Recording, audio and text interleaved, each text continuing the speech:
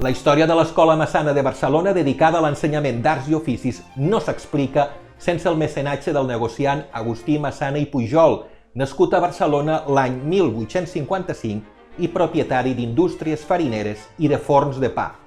La història de Massana i l'escola que porta el seu nom s'inicia a partir dels anys 20 del segle XX. Massana, que durant la seva vida havia acumulat una gran col·lecció de gravats sobre indumentària i arts sumptuàries, va decidir llegar aquest patrimoni a l'Ajuntament de Barcelona, que l'acabaria exposant a la Casa de l'Ardiaca. Però la sorpresa va saltar quan es va obrir el seu testament. Massana moria l'any 1921 i les seves darreres voluntats havien estat fer una donació a l'Ajuntament de la ciutat de 500.000 pessetes de l'època, l'equivalent actual a 6 milions d'euros, que s'havien de destinar a la construcció i habilitació d'una escola d'arts i d'oficis, en part gratuïta i en part becada. En aquell testament es deia literalment: «Lego a la ciudad de Barcelona 500.000 pesetas en 1.000 obligaciones de la deuda municipal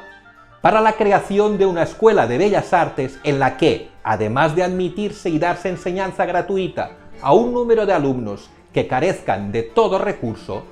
puedan estudiar y aprender por módico estipendio los jóvenes obreros y demás personas dedicadas a especialidades industriales deseosas de adquirir una preparación y una cultura artísticas». L'Ajuntament de Barcelona, liderat per l'alcalde Antoni Martínez i Domingo, president de l'Ateneu Barcelonès i membre destacat de la Lliga Regionalista, va acceptar l'encàrrec i va habilitar un espai a la Casa de l'Ardiaca que s'inauguraria l'any 1929, 7 anys després de la mort de Massana.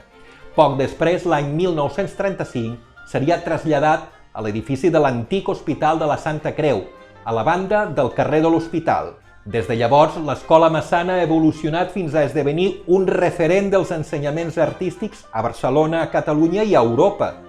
formant centenars de futurs professionals cada any i contribuint a reforçar la marca internacional que associa Barcelona amb el disseny i la modernitat.